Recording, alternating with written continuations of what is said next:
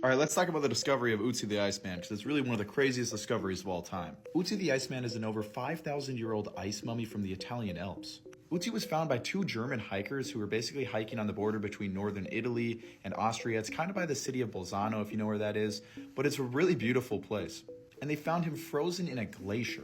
Thinking he might have been like a recently dead mountaineer or something like that, they called the authorities and they came to get his body. Alongside them, they found stone tools, fur clothing, and even a copper axe. Bringing it to a local archaeologist, the archaeologist quickly determined that he was probably around 4,000 years old. This is because copper axes like this are very ancient tools. Realizing that this was a very significant find, they had part of his tissue tested, and it turned out that he dated to 3100 to 3300 BC, meaning that he lived over 5,000 years ago and had been frozen ever since, offering us an unprecedented look into the Chalcolithic, or the Copper Age.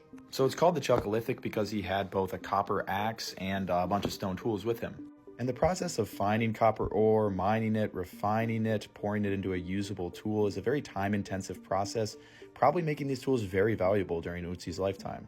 And that's why only his axe was made of copper, while the rest of his tools were made of stone.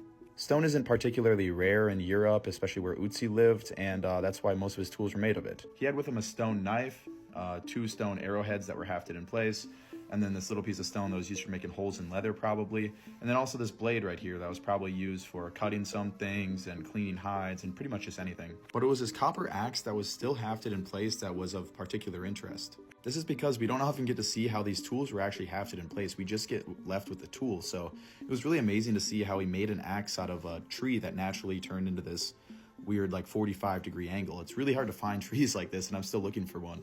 And that's why the reconstruction I made of this axe actually is two pieces of wood, which is still accurate, but not as cool as Otzi's axe. My axe may not look as cool as Otzi, but I definitely have more of them, so flex. It was originally thought that Otzi just died of exposure because he was at the top of a mountain, like I think it's over 10,000 feet. But this was found to be not the case. This is because an arrowhead was found lodged in his scapula. It shattered his scapula and probably made him bleed to death. But that's not it for Otzi, because he was also cut really deeply in the hand, and as someone who's been cut pretty badly in my hand before, I can tell that that would have been a pretty painful wound to endure. But the story doesn't end there, because the blood of 4 other people were found on his arrowheads, his coat, his knife, and his quiver.